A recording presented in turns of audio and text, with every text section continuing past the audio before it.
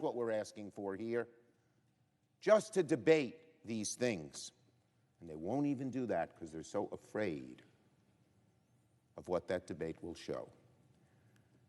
That this is not election integrity, but this is voter suppression, and voter suppression directed only at one group of voters. Well, we're going to see what happens today. Later today, the entire country will see whether our Republican friends are willing to even debate this issue in broad daylight. This afternoon, the United States Senate will vote on a motion to proceed to voting rights legislation. We all know what a motion to proceed is around here, but let me explain it. All it says is let's go forward with debate. Let's debate something, and this is among the most important things we could ever debate, the right to vote, what our soldiers have died for, what peaceful marchers have been bloodied for, the right to vote. It takes 60 votes to start that debate. Everyone knows you still need 60 votes to end the debate on a bill. So even if the Republicans don't like the legislation at the end of the process, let them vote against it then. But no, they don't even want to debate it. They don't even want to debate it because they're afraid. They want to deny the right to vote, make it harder to vote for so many Americans, and then they don't want to talk about it. They want to sweep it under the rug and hope that Americans don't hear about it. But Americans will hear about it. We're going to make sure of that, and millions in the country who are rightly and correctly outraged by what is happening will let everyone know what has happened. Now, only by starting the process can senators offer amendments, change the bill, forge compromise. Only then can senators engage in a full-throated debate about what this chamber should do about the assault on voting rights in this country. Obviously, there are arguments about what should be done to protect voting rights and safeguard our democracy. Obviously, there are arguments about which policies are the most effective. But shouldn't we at least agree to debate the issue? That's the only question for the United States Senate today. Do my Republican colleagues believe that voting rights, the most fundamental in a democracy, the right that generations of Americans have marched for and protested to achieve, that generations of American soldiers have fought and died to secure, is that worthy of debate? Of course it is. Should the United States Senate even debate how to protect the voting rights of our citizens? There's only one correct answer. We'll see if our Republican colleagues choose it this afternoon.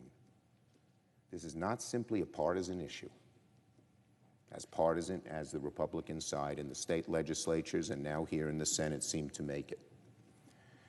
It is about the fundamental values of this country. It's about what we're all about. When the Constitution was started in most states, you had to be a white, male, Protestant property owner to vote. There's been an inexorable march to expand that right to vote and allow more and more Americans the right, that right to vote. This is a giant step backward. Obviously, it's a partisan issue to the Republicans, but it's a much deeper issue than that.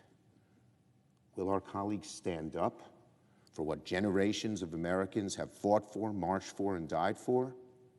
Or will they just slink away and say, we're not going to even debate this? I yield the floor.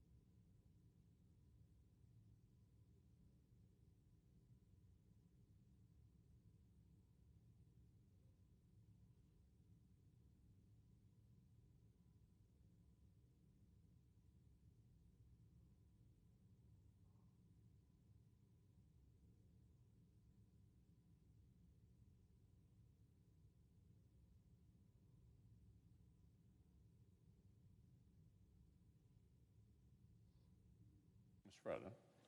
The Republican leader is recognized. Over the weekend, Iran held what its supreme leader might call a presidential election. To the rest of the world, including millions of Iranians, what actually happened was quite clear. The regime's favored choice was selected from a limited field of approved candidates in a carefully controlled bit of political theater. There's no doubt this charade works as intended. The Ayatollah got a president-elect with a record of strict adherence to his regime's revolutionary orthodoxy.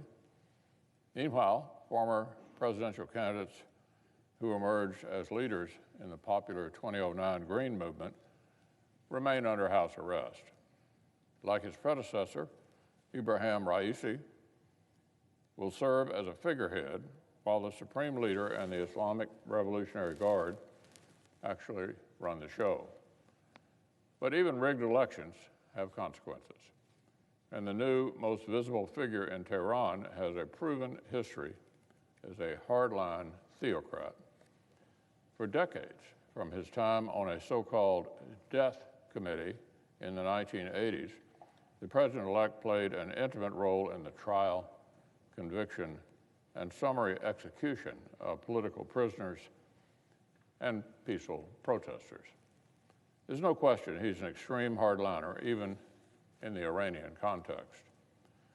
And now he's set to be the so-called counterpart to President Biden as this administration re-engages eagerly with the world's most active state sponsor of terrorism.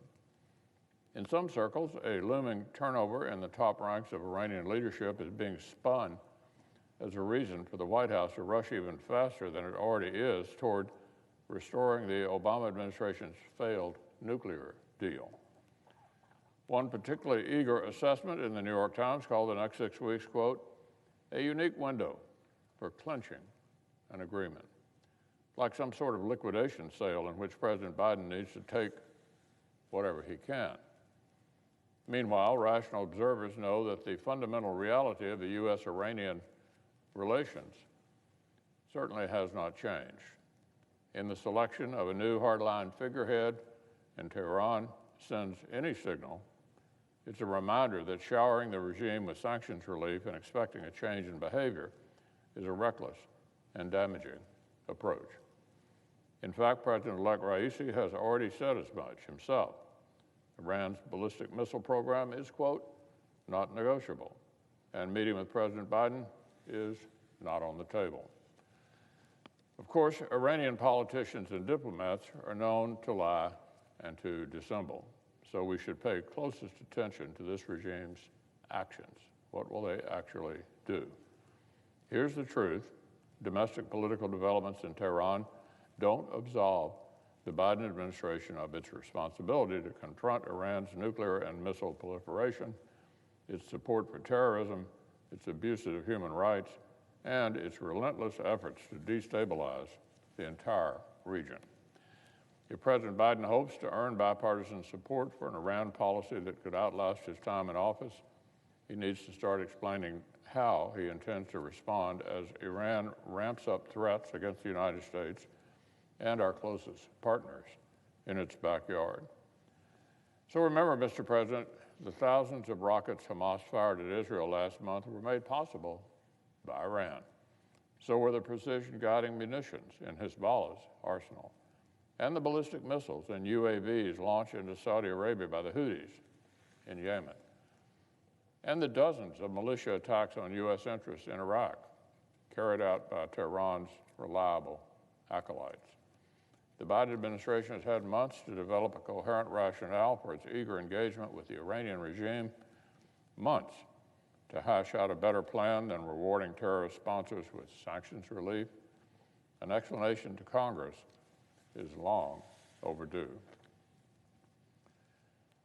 Now, on an entirely different matter, later today, the Senate will vote on whether to advance Democrats' transparently partisan plan to tilt every election in America permanently in their favor.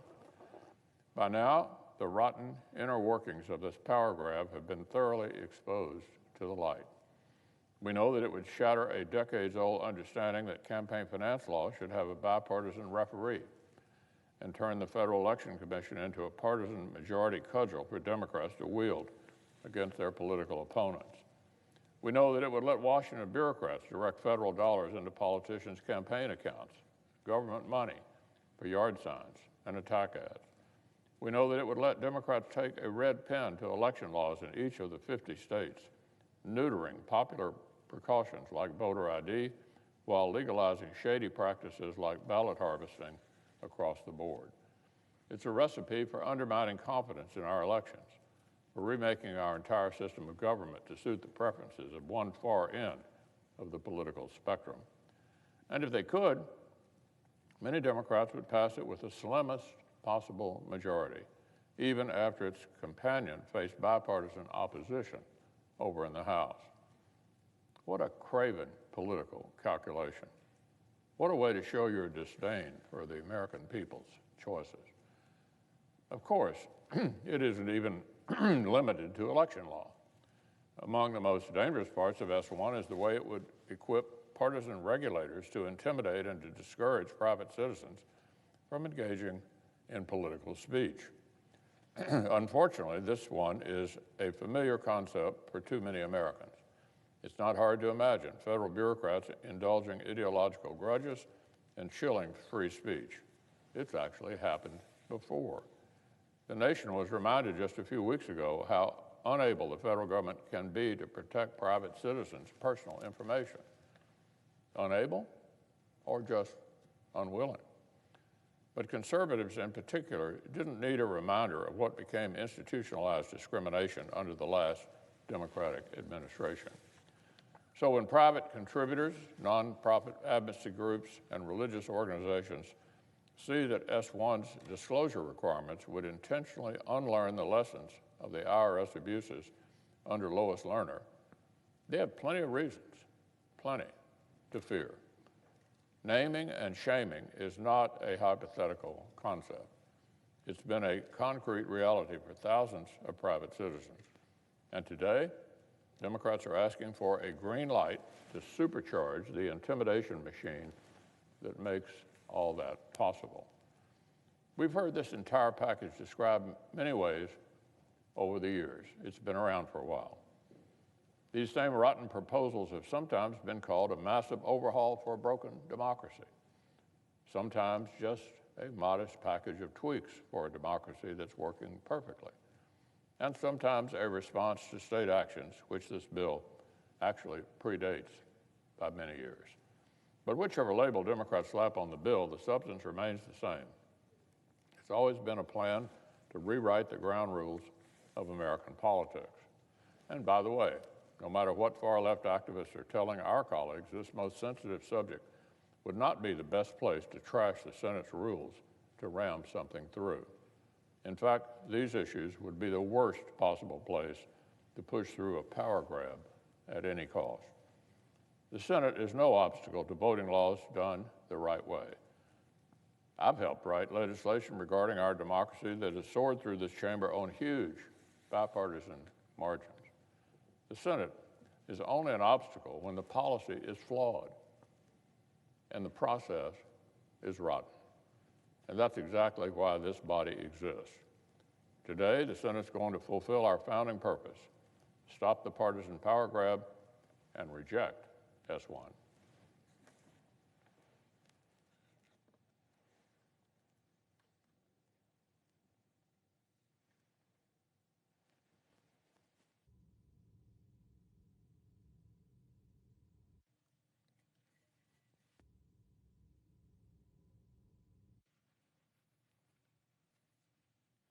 Mr. President, The senator from New Mexico is recognized. what is the status of the floor?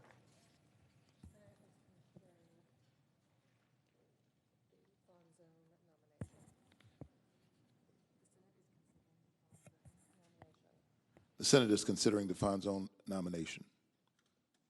I would ask unanimous consent to speak as if in morning business. Without objection. Mr. President, let's be clear. We are facing the most dangerous and overt threat to our democratic system in generations. Supreme Court decisions like Citizens United and McCutcheon wrongly equated money with speech. And in the decades since, unaccountable dark money has flooded into our political system. This broken campaign finance system allows billionaires to drown out the voices of ordinary Americans with no accountability. This lack of transparency also opens the door for dangerous disinformation campaigns.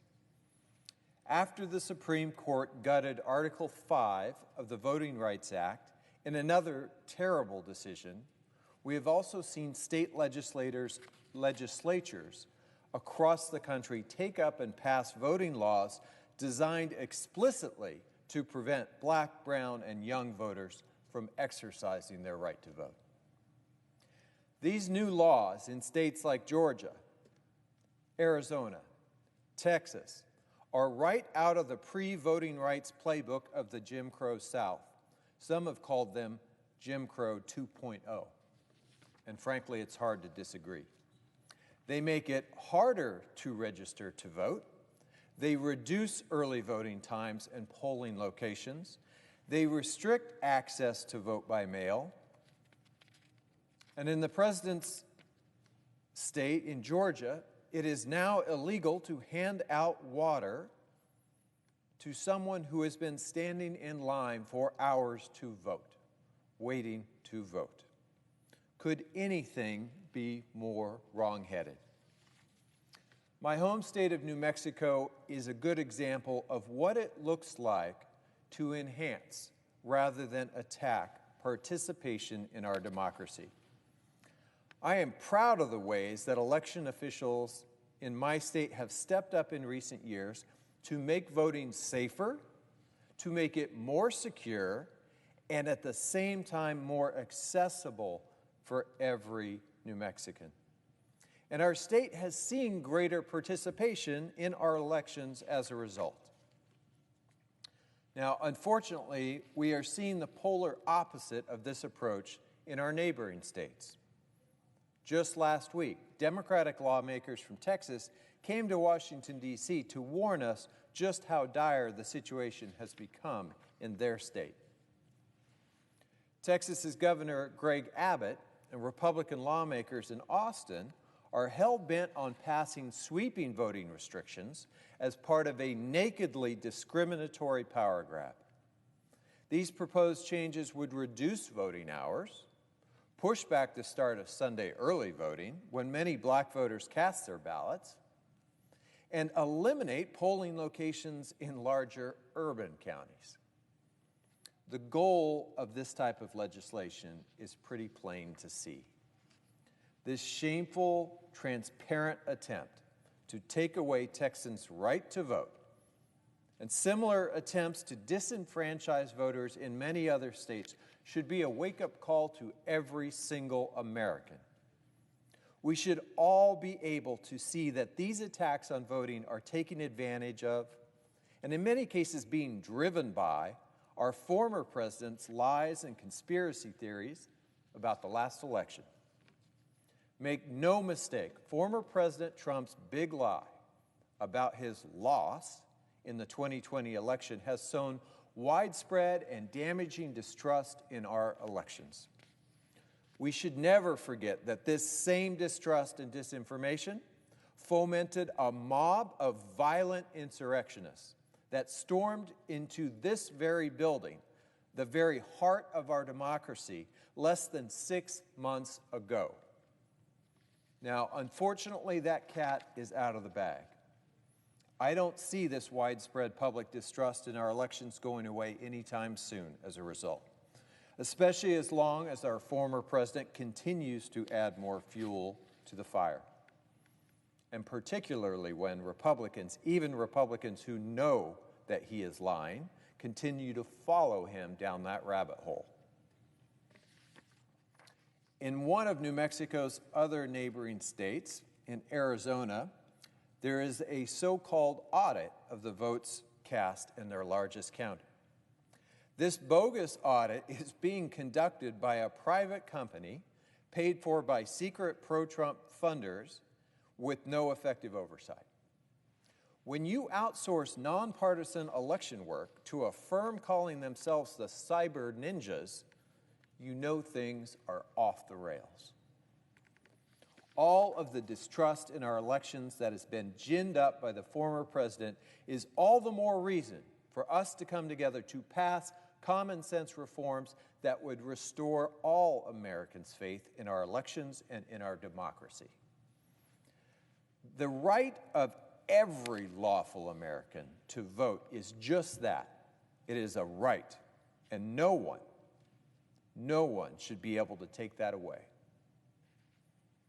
The public should have confidence that our leaders are working on their behalf, not in fealty to a class of dark money billionaires. They deserve transparency so that they can see who is behind the political ads on their television screens and their social media feeds.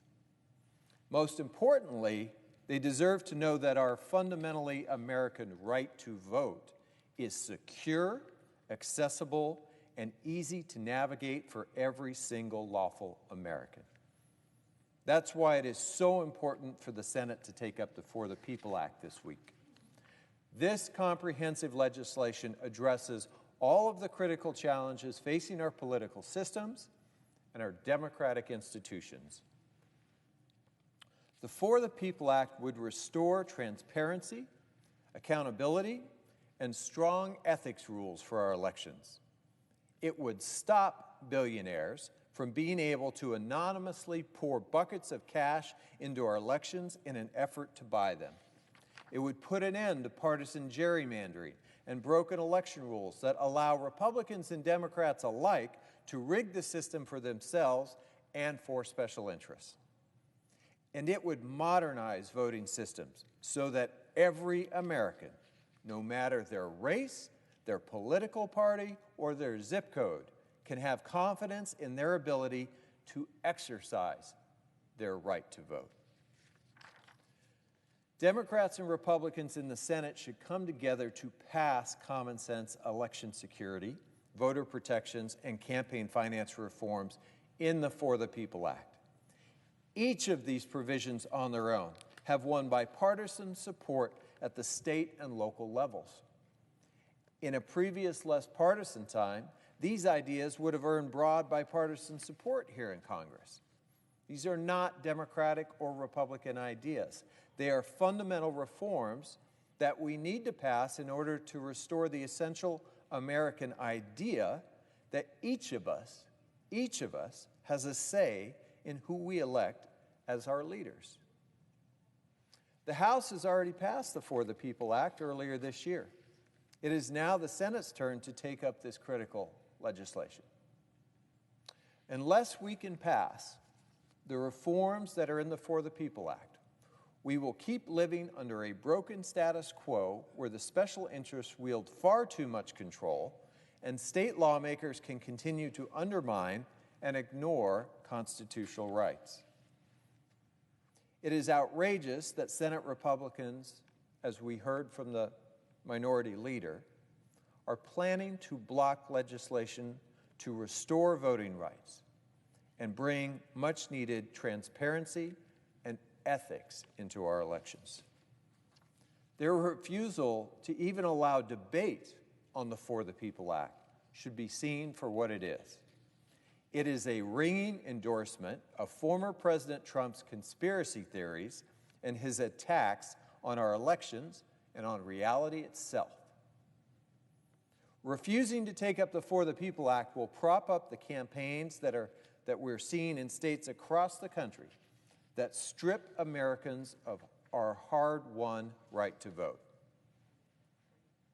Mr. President, I want to be clear. If Senate Republicans are successful later today in using the filibuster to block the Senate from even debating the For the People Act, this cannot be the end of the story. We simply cannot give up on passing voting rights legislation in this Congress. Not when our democracy is what is on the line. We should all remember that the filibuster is a rule that cannot even be found in the Constitution. But voting is an American right. When I think about this, I remember my former colleague, across the hall from me actually, when I served in the House, Representative John Lewis. It was one of the most humbling experiences of my life to be able to serve in the same chamber as Congressman Lewis. John Lewis dedicated his entire life to the fight for the right of all Americans to cast their ballots safely and without fear of discrimination. More than 50 years ago, he and so many others marched, put their lives on the line to call on President Lyndon Johnson and members of Congress from both parties to pass the Voting Rights Act. Back then, and every time the Voting Rights Act has been reauthorized since, senators from both parties have found a way to protect our democracy and preserve the right to vote. Right now, since the Civil War, the greatest threats to the Republic are from within. History will judge all of us based on what we do to defend that fundamental right for all, not some, but all of our fellow Americans. Mr. President, will we meet this moment? If we fail to rise to the discrimination baked into these state laws, our failure will cast a long shadow. I will be proud to cast my vote on the side of democracy. Thank you, Mr. President. I yield the floor. We would note the absence of a quorum. Clerk will call the roll. Ms. Baldwin.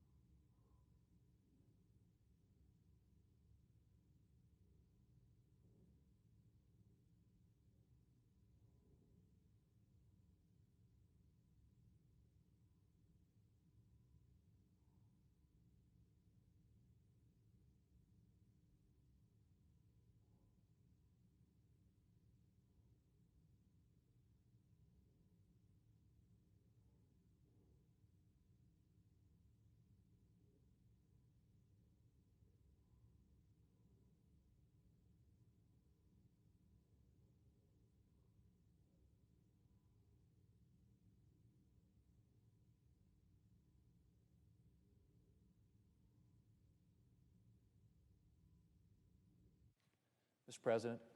The Republican whip is recognized. Mr. President, is the Senate in a quorum call? We are. I would ask unanimous consent that the quorum call be lifted. Without objection. Mr. President, later today, the Senate will vote on Senate Bill 2093.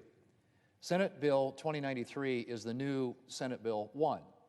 It's the latest version of the so-called For the People Act, which is a massive takeover, federal takeover of election law. So why are we taking up a massive federal takeover of election law? Well, that's a good question. 2 years ago, Democrats told us that we needed to pass this law because our electoral system was broken. Well, then came 2020. We had a record voter turnout, largest voter turnout since the election of 1900, largest turnout in 120 years in American history. and Democrats won the White House. After that, it got a little awkward to complain that our electoral system was broken, so Democrats found a new argument. Now we have to pass this legislation to stop states from taking away voting rights.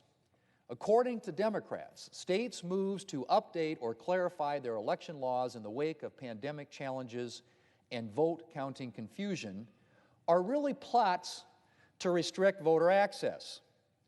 Of course, so far, most 2021 state election law updates have proved to be both standard and mainstream. But that hasn't stopped Democrats, who have at times resorted to outright lies in their efforts to persuade Americans that we're facing a voting rights crisis. After all, Democrats need to give some reason for why we should allow the federal government to take over our entire electoral system. And Democrats' real reason, because they think S1 will give them an advantage in future elections, is not really one that they can use to sell the bill. Although Speaker Pelosi did admit, I should say, on national television that she thought S1 would boost Democrats' electoral chances. Mr. President, the question is where to start when it comes to the bill's content. As I said, like the original S1, the new S1 is an unprecedented federal takeover of elections. Historically, running elections has largely been a matter for states who tailor election laws to the particular needs of their cities and communities. S1 would impose one-size-fits-all federal regulations on elections, in many cases deeply problematic regulations. S1 would require states to allow unlimited ballot harvesting, which is the controversial practice of allowing political operatives and others to pick up and deliver ballots with all the possibilities for fraud that creates. It would gut state voter ID laws which, I would point out, are supported by a strong majority of the American people. A recent poll said 80% of Americans support voter ID laws. It would remove legal penalties for registering individuals who are here illegally, and so much more.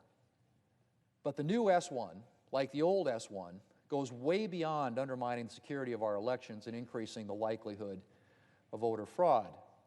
It would implement public funding of political campaigns, which would mean that government dollars, money that belongs to the American taxpayer, would go to funding yard signs and attack ads. Sitting senators alone could qualify for more than $1.8 billion in public funding. And that doesn't count their challengers. Yes, with a record high debt, Democrats apparently think that dropping a couple $billion here and there on attack ads and partisan rallies is a good use of taxpayer dollars. And from there, believe it or not, the ideas only get worse. S1 would permanently undermine confidence in our electoral system by turning the Federal Election Commission, the primary enforcer of election law in this country, into a partisan body. That's right. The Democrats' bill would turn the primary enforcer of election law in this country into a partisan body. Now, I'm interested to hear how this is supposed to enhance voter confidence in our electoral system. Every single FEC ruling would be suspect. And on top of all this, Mr. President, S1 makes a concerted attack on freedom of speech. It would impose onerous new requirements and restrictions on political speech. It would open up private Americans to retaliation and intimidation simply for making a donation to support a cause they believe in. And it would allow the IRS to consider organizations' beliefs when deciding whether or not to grant them tax-exempt status. In fact, the ACLU, the American Civil Liberties Union, actually opposed the House's version of S1 in the last Congress because the bill would, and I quote, unconstitutionally burden speech and associational rights, end quote. That's right, Mr. President. The American Civil Liberties Union opposed the legislation because the bill would unconstitutionally burden speech and associational rights. Mr. President, as hard as it is to believe when you look at the bill's provisions, S1 was billed as an election integrity bill. In fact, this legislation would undermine election integrity, making our elections less secure and more susceptible to fraud. And it would undermine voter confidence in our elections. The partisan divide in this country has reached new heights, and voters on both sides have lost confidence in our electoral process. Any election legislation that we take up should be focused on building voter confidence in the fairness of our electoral system, not undermining it. Do my Democrat colleagues seriously believe that S1 would do anything to increase voter confidence in the unbiased character of our electoral system? Do they seriously believe that their bill looks like a nonpartisan attempt to protect American elections? They can't possibly. From the newly partisan FEC to an IRS empowered to reject tax-exempt status for organizations whose beliefs it doesn't like, S1 is very clearly a bill designed purely and simply to enhance political power. The political power Democrats hope of the Democratic Party. It is the very opposite of a nonpartisan reform bill. And I have to ask my Democrat colleagues, do you really want an electoral system that's perceived as partisan in which half the country doesn't trust? Haven't we seen the consequences of that? Are you really prepared to sacrifice voter confidence in our electoral system just so you can win elections? Mr. President, later this afternoon, we will vote on S1. And I fully expect that this legislation will be blocked. And it should be. The Senate's rules, which require the agreement of 60 senators to move forward to consider legislation, were designed for times just like these. Times when a narrow partisan majority attempts to shove through partisan legislation. Times when a partisan majority attacks the freedoms of our government that our government exists to protect. The Senate was established to act as a moderating body and to check attempts to ride roughshod over minority rights or to curtail our rights and our liberties. And today the Senate will fulfill that role and prevent this dangerous partisan takeover of our electoral system from moving forward. Mr. President, to elaborate on that point for just a moment, when I asked the question earlier on about why would you bring this bill to the floor, it's a good question, I think, knowing full well that it's going to fail and should fail later today. But why would you bring it to the floor? Well, allegedly, the reason to bring it to the floor was to provide pressures on certain Democrat members that this is the reason that they need to vote to do away with the legislative filibuster, which is something that has been part of the Senate going back to our founding fathers. In fact, the very reason the founding fathers created the United States Senate was a check and balance against majoritarian rule, against running roughshod over the rights of the minority here in the United States Senate.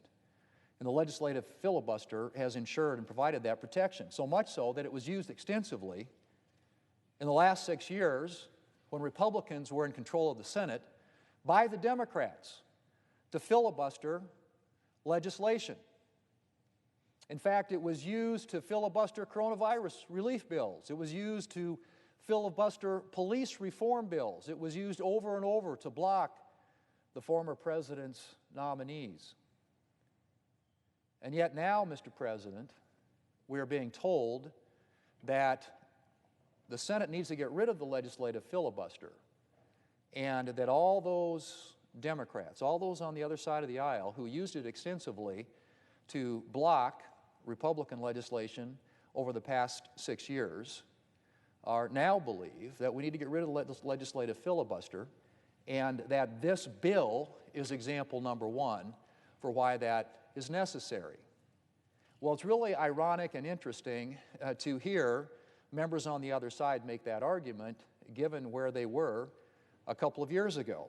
It was just a couple of years ago, maybe 3 years ago, that 33 Democrat senators signed a letter to the Republican leader at the time, Senator McConnell, saying that we need to preserve the filibuster, the legislative filibuster in the Senate, because it's so crucial to the essence of the Senate and the protections that it provides for the rights of the minority here in the United States Senate. 33 Democrats, many of whom are still serving in this body, adopted that position. And in fact, the Democratic whip, my counterpart on the Democrat side, said a couple of years ago on a morning show, "I can tell you that it would be the end of the Senate as it was originally devised and created, going back to our founding fathers. We have to acknowledge our respect for the minority, and that is what the Senate tries to do in its composition and in its procedure. I can tell you," he said, the Democratic whip, senator from Illinois, "that it would be the end of the Senate as it was originally devised and created, going back to our founding fathers." In other words, Mr. President, we need to preserve the filibuster to preserve our democracy. It's essential. That was the view as recently as a couple of years ago. And now we've got to get rid of the filibuster to preserve our democracy. 2 years later, the filibuster, the legislative filibuster, which in various forms have served our republic now for over 2 centuries. It's been a part of the United States Senate, of the checks and balances that the founders envisioned for this country. And yet here we are, bringing a bill to the floor for no other purpose than to have a show vote, to try and pressure certain Democrat senators who rightfully are defending the legislative filibuster as an essential element of protecting the rights of the minority in the Senate, of requiring cooperation and collaboration, and bringing people together on legislation. Solutions in the Senate historically, and I was a staffer here back in the 1980s. That's how long, my tenure, at least as a staffer and now subsequently as a member, goes back. But the Senate is a place where solutions tend to be found in the middle because that's required. It's required that there be 60 votes to move consequential legislation. And as a result of that, members on both sides have to come together. If you want to pass big things in the Senate, you have to figure out a way to get 60 votes. And right now, that would require, in the Senate, if you had every Democrat, 50 Democrats, you'd have to get 10 Republicans. As was the case when we had the majority in the Senate, we had to get 7 Democrats to do anything. And so, in order even to move essential legislation like a coronavirus bill, we had to reach out to the other side. And it forced that compromise, that collaboration, that willingness to come together and work in a bipartisan way on solutions that are durable for this country. And Mr. President, it was really interesting in this Washington Post op-ed by Senator Sinema, where she points out, makes that very point, that if you can do something at 51 votes today, and one side blows up the rules in the Senate, that when the majority changes, and it always does in the Senate, and she points out that sometimes when you get in the majority, you think you're going to be there forever. Well, I've been here long enough to have been in the majority, in the minority, in the majority, and in the minority again. It goes back and forth. So what are you going to do then the next time the Senate majority flips, and all those things that the other side thinks are awful ideas that the Republicans have, and they would love to be able to block them, or at least force Republicans to come to the table and negotiate a solution that would require some bipartisan participation to get to 60 votes. What are you going to do then? Where we have 51 votes, when one side gets the majority, 51 votes, and we go back and forth, and we have this policy, this sort of kind of policy roller coaster that provides no certainty, no predictability, and certainly gets away from the checks and balances that the founders intended. Mr. President, the filibuster, the legislative filibuster, the rules of the Senate, the procedures of the Senate are designed to protect and preserve democracy, not to undermine it.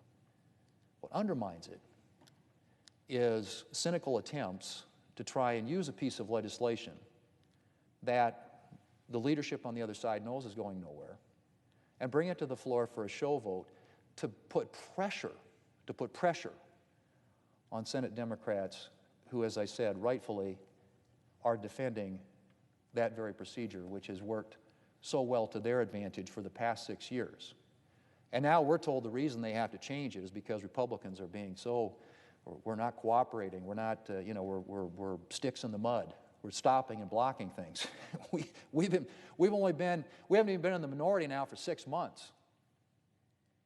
We spent the last 6 years in the majority as the other side extensively, and I emphasize extensively because any study of the data would suggest that, to block Republican initiatives, to force Republicans to come together to find 60 votes. That was their position and posture for the past 6 years, including 33 Democrat senators who, as recently as 3 years ago, sent a letter to the Republican leader saying that we've got to protect the legislative filibuster. Statements like the one made by the senator from Illinois that doing away with the filibuster would end the Senate as it was originally devised and created going back to our founding fathers. One of the essential elements of this republic, constitutionally, was the need for checks and balances. And the bicameral creation of the founding fathers, the House, which is based upon the majority, 2-year terms, designed to reflect the will of the people, was created, the balance and the check that was created against that was the United States Senate with 6-year terms, where you have procedures and rules that make it more difficult and challenging, that force this place to be more deliberative, to be more compromising, to consult and to work together. And so what we're doing today, you're going to get up and my colleagues on the other side are going to talk about how critical it is that we do this because all these states are enacting these terrible, terrible election reforms, as I said earlier, most of which, at least from what I've seen, are very mainstream and consistent with what the founders designed in our Constitution, and that is for states to have principal primacy when it comes to controlling and regulating elections in this country. But as I said, it was argued 3 years ago, in 2019, when this bill was introduced, that it needed to be introduced because we've got to do something to increase participation in our elections, that we really need to encourage people to be more active in our elections. We got to get people to vote, which they did in record numbers. Biggest turnout since 1900, biggest voter participation in the 2020 election, literally in 120 years in American history. So now they introduced the bill this year, and the stated reason is we've got to do this to stop all these states who are adopting these legislative solutions that are going to make it more difficult for people to vote. Well, all I can say is the rationale for what we're doing today changes depending on the year, depending on the election, but the goal is the same, and that is to create a permanent political advantage for one party. That's all this is about. And to persuade and pressure certain Democrat senators to do away with one of the fundamental elements of the United States Senate in the form of the legislative filibuster.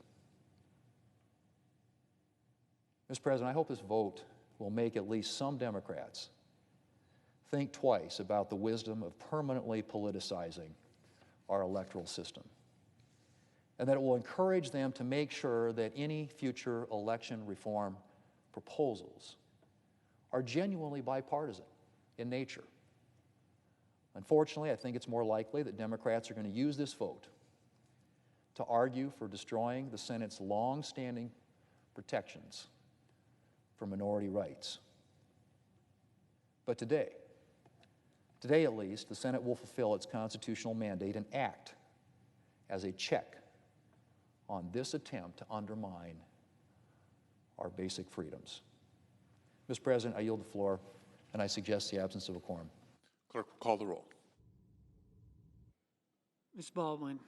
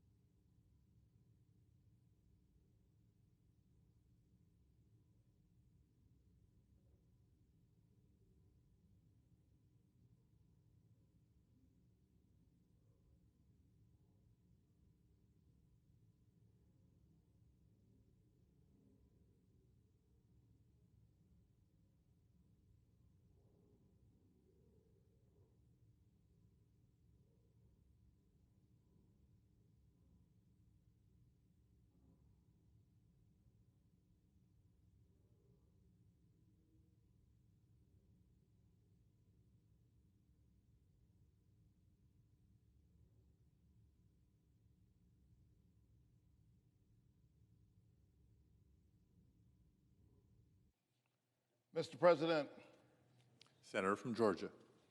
I ask consent to vitiate the quorum call. Without objection.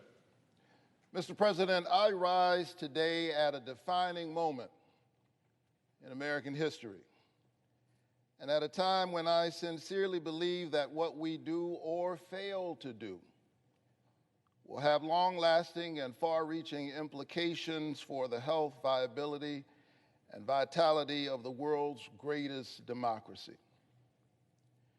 We debate many important issues in this chamber, but this issue, the issue of voting rights, I argue is decidedly different. It is formative and foundational. It is the framework in which all of our other debates take place, for this issue is about the preservation and the protection of the democracy itself. That is, after all, what we claim to be. That is who we are, a democracy built on that sacred idea of one person, one vote. With all of the arguments taking place in the country right now, with all of the audits being ordered, and with all of the voting legislation being feverishly passed in states all across our country, clearly, ironically, there is agreement, albeit for different reasons on the right and on the left, that democracy itself is in danger. Folks on the left and folks on the right believe that there's something broken and needs to be fixed. And if that is indeed the case, what kind of Congress would we be in the whole history of Congresses if, seeing that discussion out there, we refuse to even debate the matter in here? Who are we, and how are we to hide in a moment like this? And so I rise, Mr. President, with what I think is a simple request to my colleagues. Let's do our job. Resist the easy route, the temptation to hide behind Senate procedure, and let's have a principled conversation in front of the American people about voting rights. Let's have that conversation right here, right now. How could we do otherwise? It is said that we are the most important deliberative body on the planet. Well, colleagues, how derelict in our duty would we be if in this defining moment we refuse to even have a debate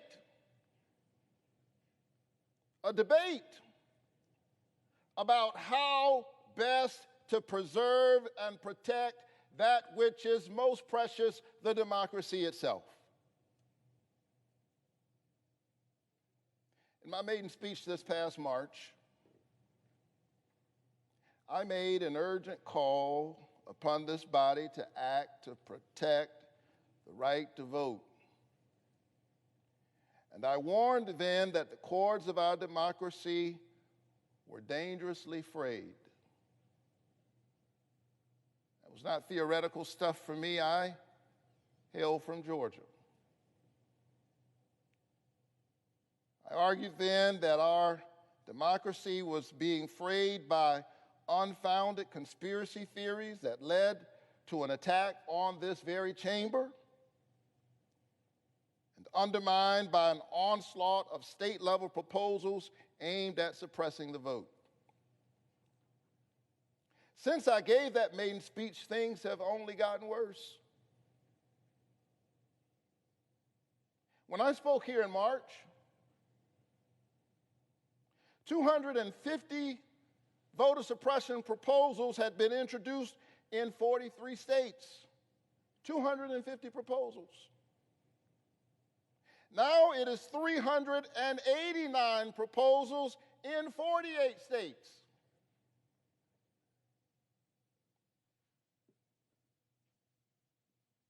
violent assault on this Capitol, now metastasizing in voter suppression proposals all across the United States of America. Since I spoke here in March, Georgia and 13 other states have enacted these voter suppression bills into law, 14 in total. That's 14 states and counting, where partisan actors, power-hungry politicians have acted along partisan lines to make it harder, not easier, for eligible voters to cast a ballot and guarantee that that ballot will actually count. In Georgia, after record voter turnout in a historic election, there's now a provision in SB 202 that allows partisan actors at the state level to take over the board, to take it over, to take over the process at the local level. As voters are casting their ballots, imagine that. That same law also allows any citizen to challenge the voting rights of an unlimited number of citizens, making it difficult to see how you could certify any election. Let's not kid ourselves.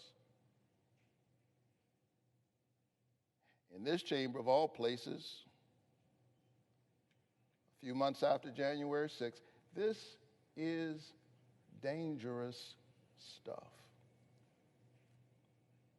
And that's one reason we need to debate the legislation before us. I'm hoping to include a provision I introduced yesterday with some of my colleagues that will prevent politicians from being able to overrule local election officials and therefore subvert the voices of the people. This provision will also protect local election volunteers from harassment and intimidation.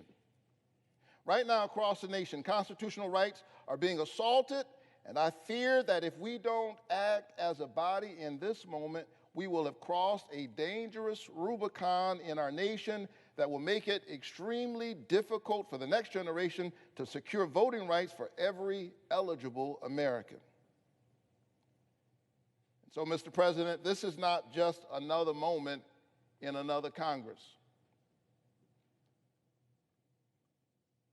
We should not think of this as rote and routine. This is a defining moment that calls upon us to speak, to debate, to act.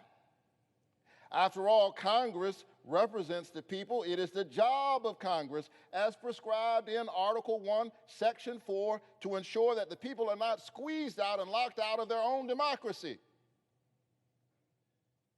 This is not our house. This is the house of the people. We are stewards of that trust. We have to ensure that the voices of the people can be heard in their own house. And that's why I'm urging my colleagues to begin debating on the voting rights legislation before us. That debate is happening right now out there. How could it not happen in here? Now, I know some of my Republican friends are vowing to prevent this debate, to stop it before it begins. And we're not talking yet about passing the bill. Be very clear. We're just talking about it. And they don't even want to do that. Really? Surely some of my Republican friends believe, at the very least, that in this chamber we should be able to debate about voting rights. After all, voting rights are preservative of all other rights. And what could be more hypocritical and cynical than invoking minority rights in the Senate as a pretext for preventing debate about how to preserve minority rights in the society? Mr. President, I stand here as a proud American. I believe in democracy with all of my heart. I believe that democracy is the political enactment of a spiritual idea, that we are all children of God, that we have within us a spark of the divine and therefore a right to help determine the country's direction and our destiny within it. I believe in democracy, government of the people, by the people, and for the people. I believe that the blind spots in our public policy and the wrongs in our history are made right through the power of democracy. People of diverse perspectives, helping us to see more fully and embrace more completely what it means to be a government of the people, by the people, for the people. It is how black people finally gained their citizenship.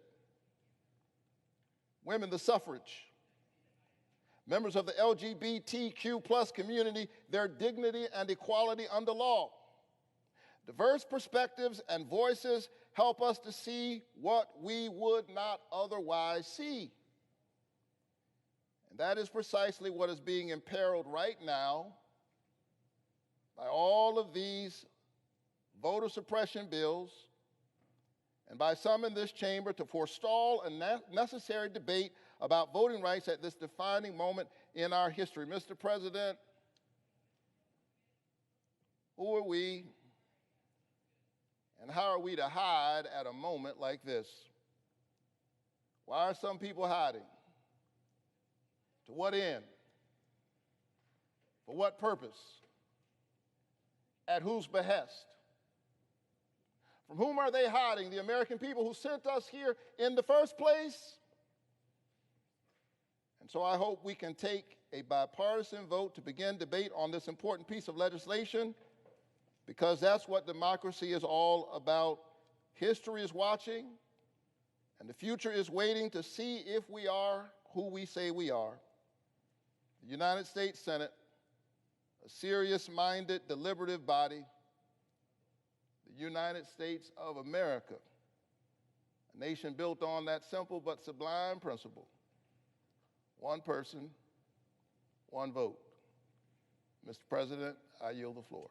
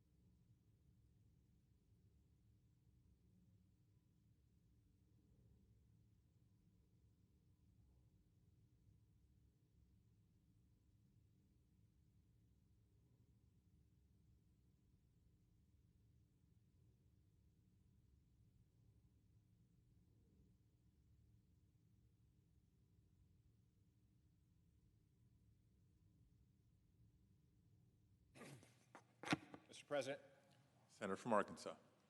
no, I had not planned to speak about the Democratic power grab known as S1 and HR1, the For the People Act.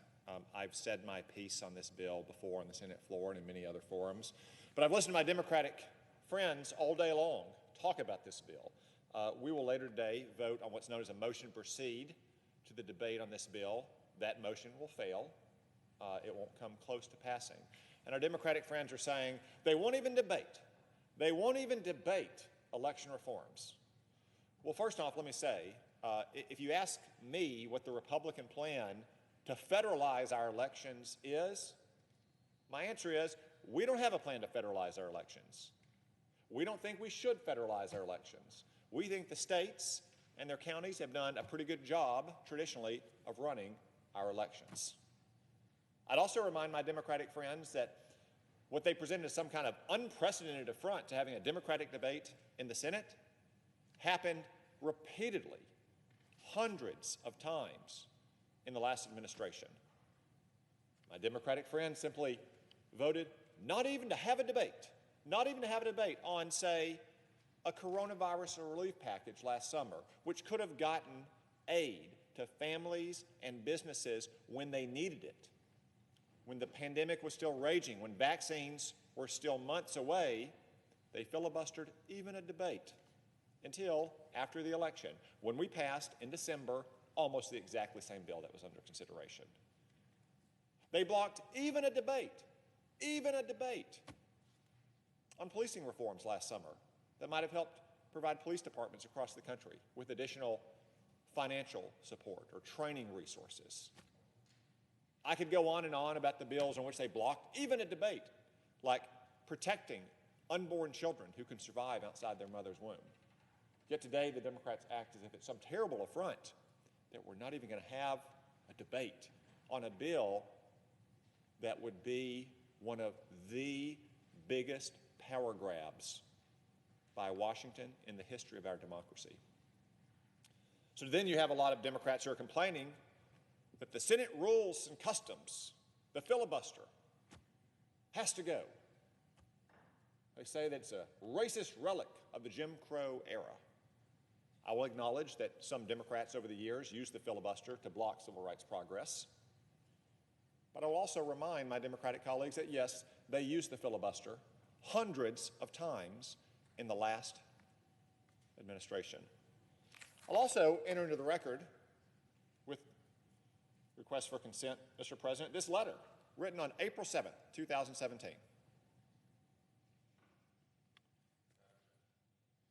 Persuasively authored by Susan Collins and Chris Coons, and signed by more than 60 of our fellow senators, urging Senator McConnell and Senator Schumer to preserve the existing rules, practices, and traditions as they pertain to rights and members to engage in extended debate on legislation.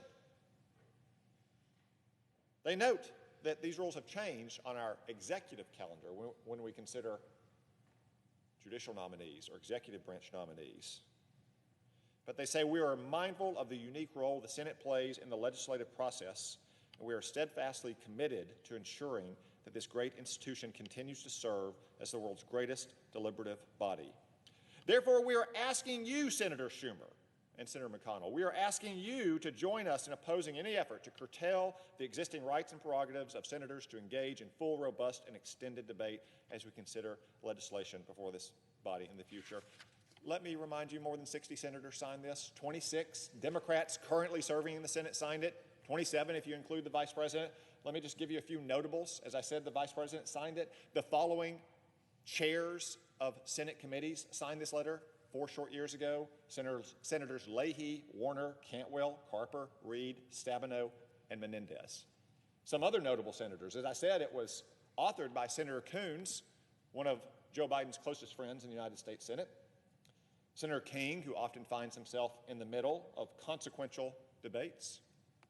Senator Heinrich, who apparently has changed his tune and today is advocating aggressively to eliminate the filibuster, just like Senator Schatz, Senator Booker. Senator Feinstein, one of the longest-serving Democrats in the Senate. Senator Kaine, who is the vice presidential nominee for the Democratic Party in 2016. Senator Tester, again, who often finds himself in the middle of consequential bipartisan negotiations. Yet somehow something's changed since 2017. Something's changed. And most of these Democratic senators now think that these Senate rules must be destroyed so they can pass their massive power grab. What could it be that's changed? What could it be? I don't know. Maybe it's that Democrats have the most slender reed of power with Joe Biden in the White House and a 50-50 Senate and a 4-seat majority in the House. I wish that my Democratic colleagues understood that the shoe can pinch when it's on the other foot. But now moving on, Mr. President, I request the following remarks be recorded in a separate part of the record. Without objection. Huawei is no ordinary phone company. It is the eyes and ears of the Chinese Communist Party. According to our Department of Defense, Huawei is a communist Chinese military company that's controlled by the People's Liberation Army. A former officer in the PLA founded Huawei. Huawei is built upon stolen technology from American companies like Cisco and it's engaged in espionage all around the world on behalf of its masters in Beijing. Which raises some important questions. Should American citizens work on behalf of a communist Chinese military company? If they do, should they then go on to serve in senior positions in the United States government, making policies that will directly affect our safety and security? These aren't academic questions.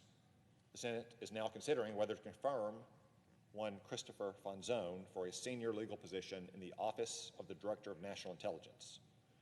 By all accounts, Mr. Fonzone is a capable lawyer. I don't question his qualifications or his character, but there is reason to question his judgment. While working as a law partner at Sidley Austin, Mr. Fonzone performed legal work for Huawei, as well as China's Ministry of Commerce. He performed this work during a critical period when our government was actively exposing Huawei as a Chinese spy company and applying sanctions to it. He also wasn't just a long-time lawyer in private practice with long-standing clients, to include foreign clients. He had spent most of his career in government, primarily in national security roles.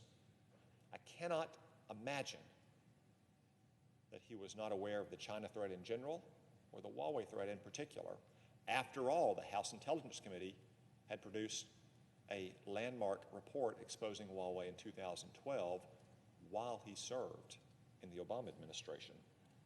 Now, I recognize he didn't do all that much work for Huawei, just a few billable hours here and there. But the fact remains that he first served Huawei, and now he wants to serve in the United States government. Nor is he willing to foreclose the possibility of working for such companies in the future. Unfortunately, Mr. Fonzone is far from alone in this lapse of judgment.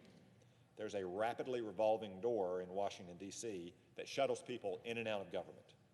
Unfortunately, some of those people go on to work for companies with ties to the Chinese government and its armed wing, the People Liberation Army, after they cycle out of government. These individuals are part of what I call the new China lobby.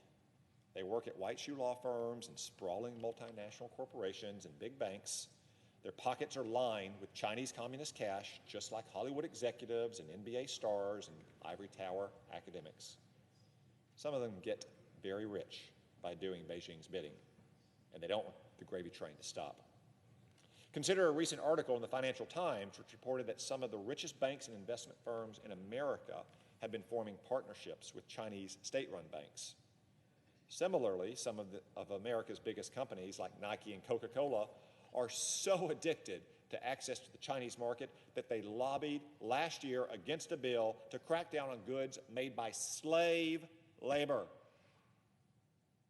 All because that bill would make it more difficult for Coke and Nike to make their products in China and to keep access to the Chinese market.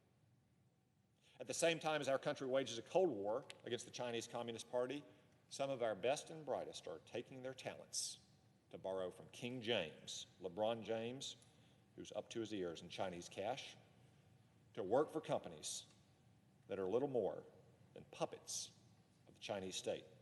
That's deeply troubling, and it's high time the U.S. Senate take a stand against the China lobby. That's why I will regrettably oppose Mr. Fonzone's nomination. Though he's far from the worst offender, it's time we start drawing a line. And in the future, I will therefore carefully scrutinize nominees for ties to the regime in Beijing and military companies like Huawei. If you wish to serve in the United States government in the future, let me be very clear. Do not do business with the Chinese Communist Party or its military or the companies that support it. Stop it today. Don't take the work, don't take the meeting, don't cash the check. A man cannot serve two masters. It is as true today as it was in the old days. Mr. President, I yield the floor.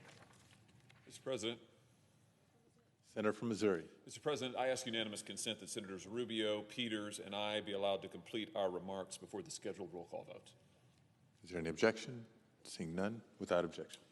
Mr. President, I'm here today to talk about those things that unite us as Americans, and I'm here to talk about those things that divide us. For centuries, public service has been something that unites Americans, drawing us together.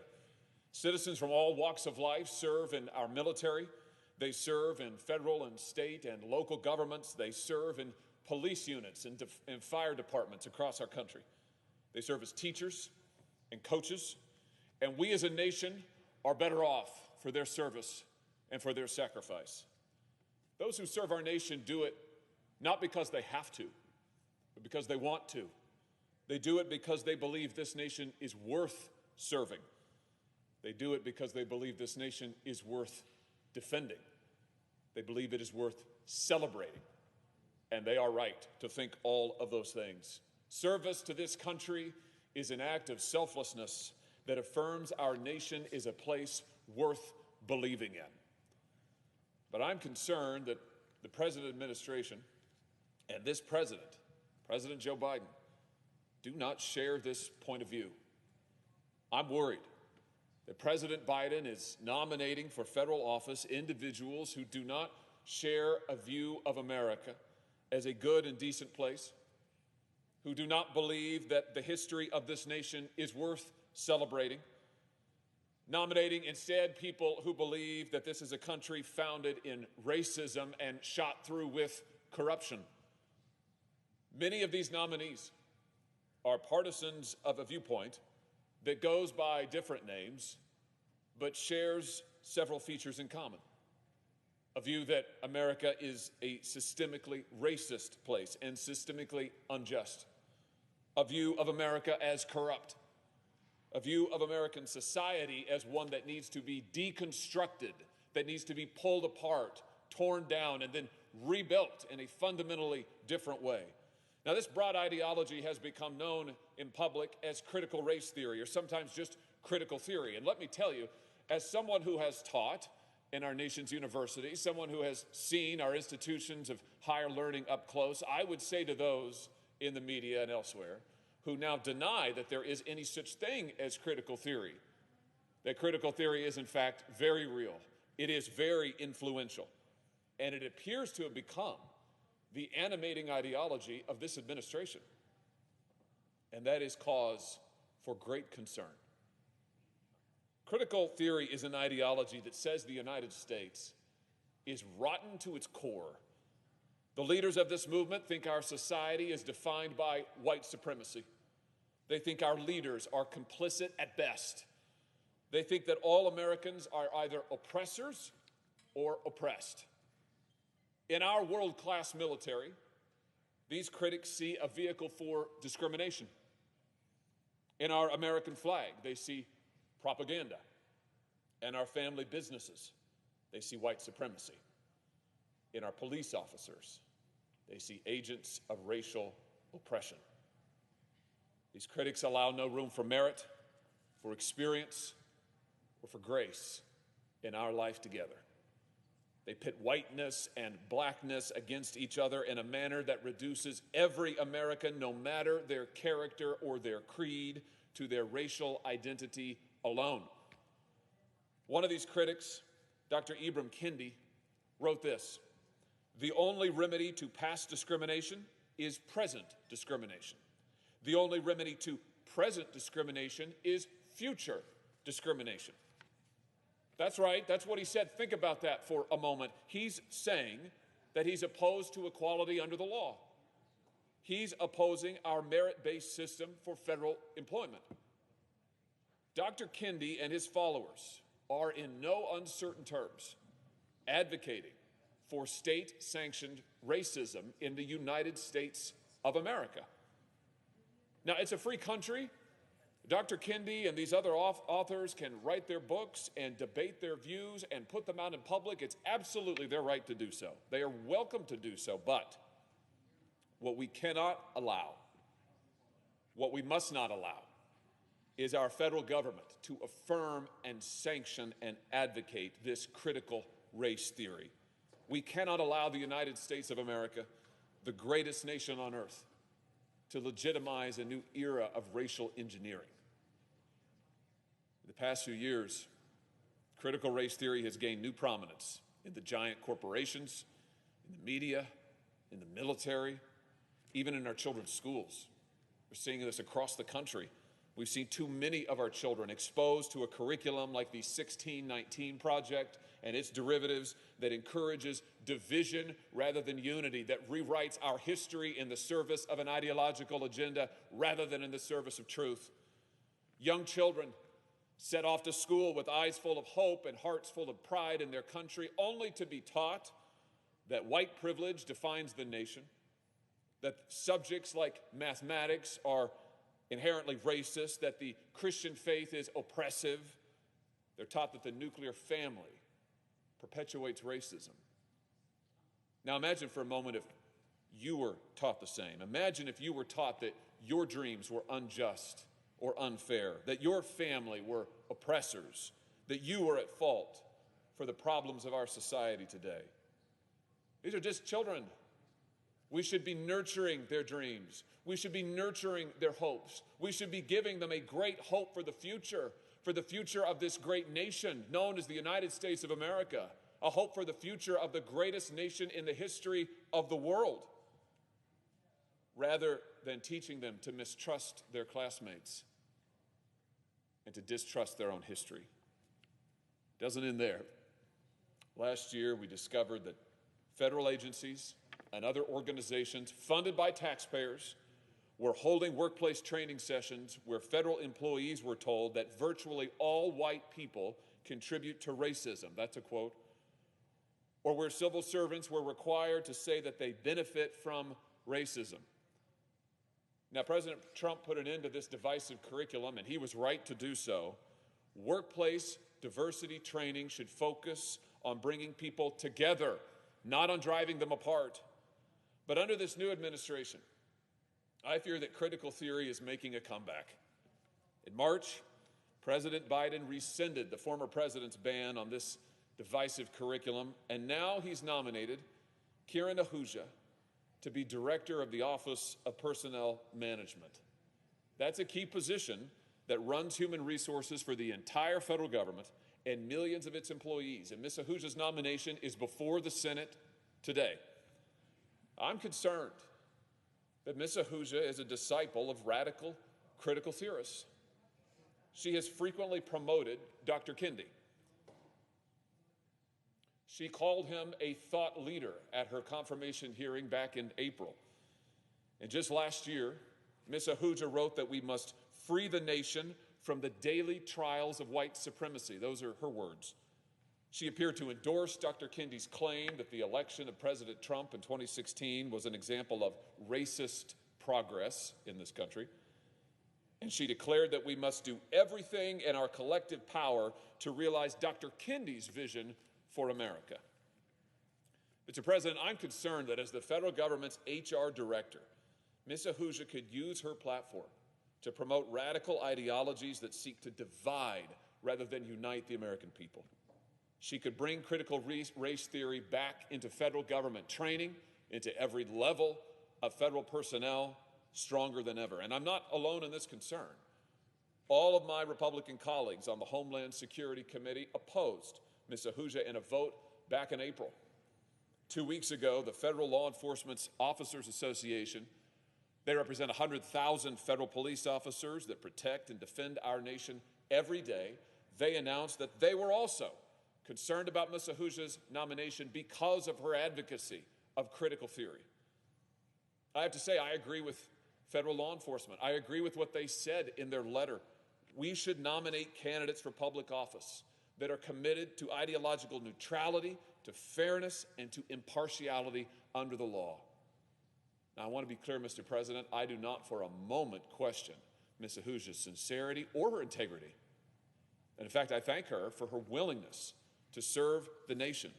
But I cannot agree with what appears to be her fundamental ideology. At the end of the day, this is not about politics or personalities.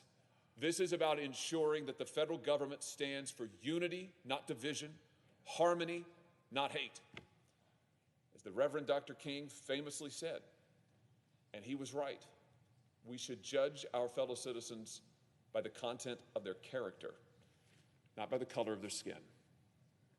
Mr. President, we need a strong nation with strong citizens who see each other as Americans, not as oppressors or oppressed. Now, I've heard a lot of criticism about my position here today. I've heard the corporate media and those on the left say that I misunderstand critical theory, or that it's not real, or that it's not a real problem. I've heard many say the United States is indeed built on oppression and remains a systemically racist place. All I can say, Mr. President, is that's not the America that I see, and that's not the America that I know. The working people of this country, who have rallied to this nation's flag in every hour of danger, who are the first to help a neighbor in need, who coach our little leagues and volunteer at our churches, who go to work day in and day out to provide for their families and protect the place they call home. These are not oppressors, Mr. President. These are liberators. These are not oppressors, Mr. President. These are great people. They live with a spirit of liberty that has made this country the greatest country in the history of the world, and they want to see that liberty extended to every member of the American family. That's who the American people are. That's what makes them great. That's what they believe. And because they are a great people, Mr. President, our future is a cause for hope and not despair. The advocates of critical theory tell us we have to dismantle our culture, our history, our families, our Jewish and Christian heritage and beliefs because they're all oppressive. They say the future of this nation will be defined by racial division and racial strife. Mr. President, I reject that prophecy of our future, and I take my stand on the goodness of the American people and the God who guides us. I take my stand on hope. Mr. President, it is not oppression that defines the American story. It is hope.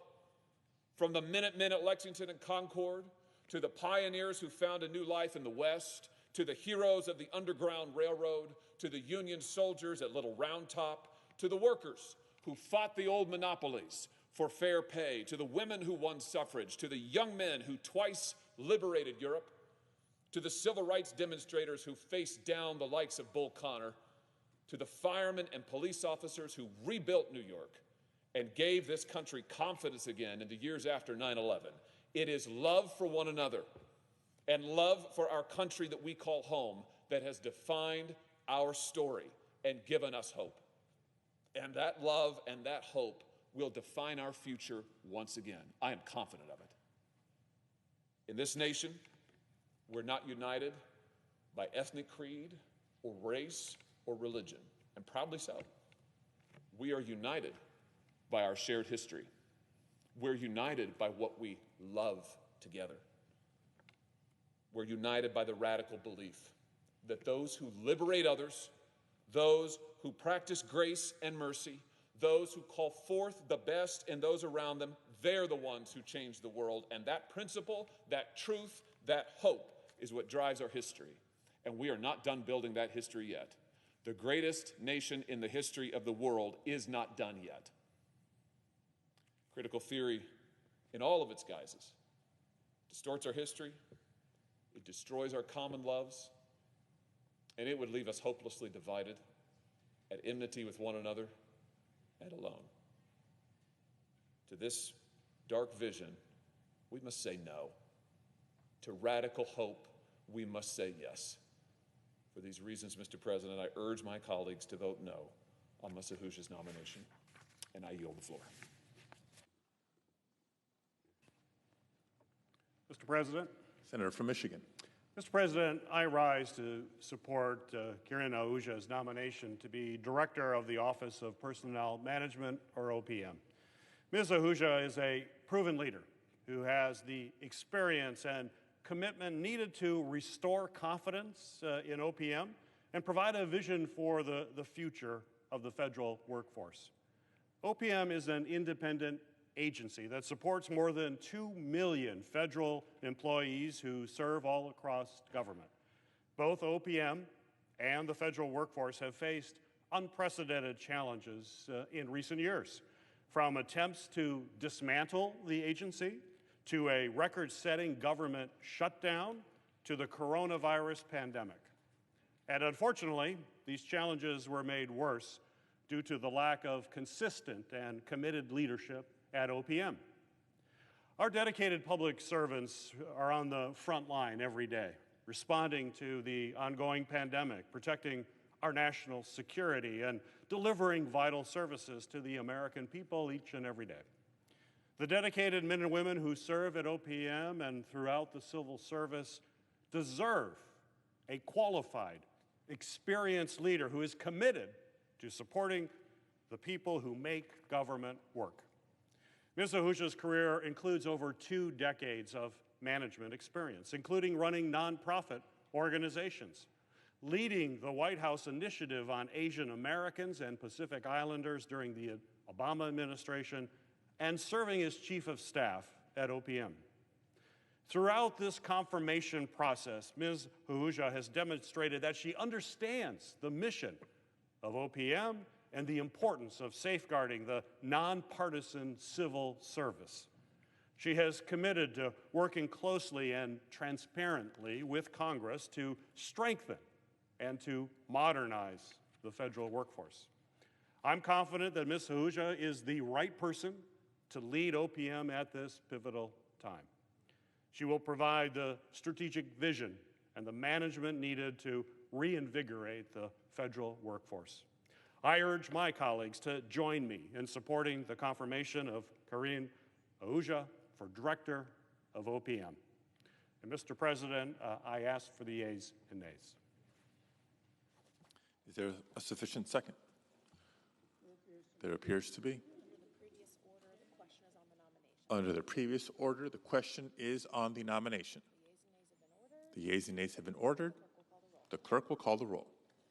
Ms. Baldwin, Mr. Barrasso, Mr. Bennett, Mrs. Blackburn, Mr. Blumenthal, Mr. Blunt, Mr. Booker, Mr. Bozeman, Mr. Braun, Mr. Brown, Mr. Burr, Ms. Cantwell.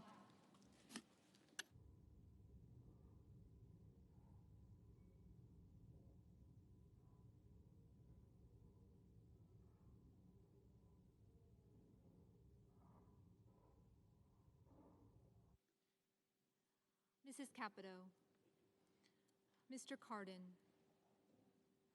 Mr. Carper, Mr. Casey, Mr. Cassidy, Ms. Collins, Mr. Coons,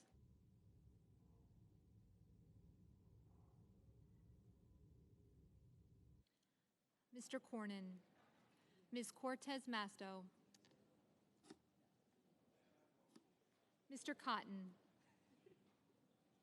Mr. Kramer, Mr. Crapo, Mr. Cruz, Mr. Daines, Ms. Duckworth, Mr. Durbin,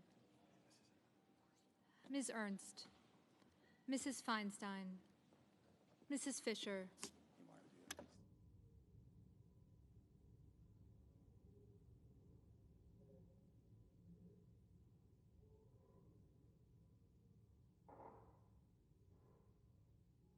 Mrs. Gillibrand,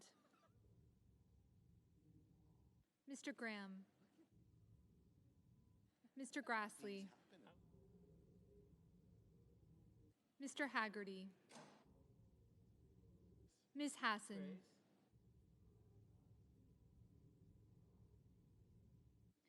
Mr. Hawley, Mr. Heinrich, Mr. Hickenlooper,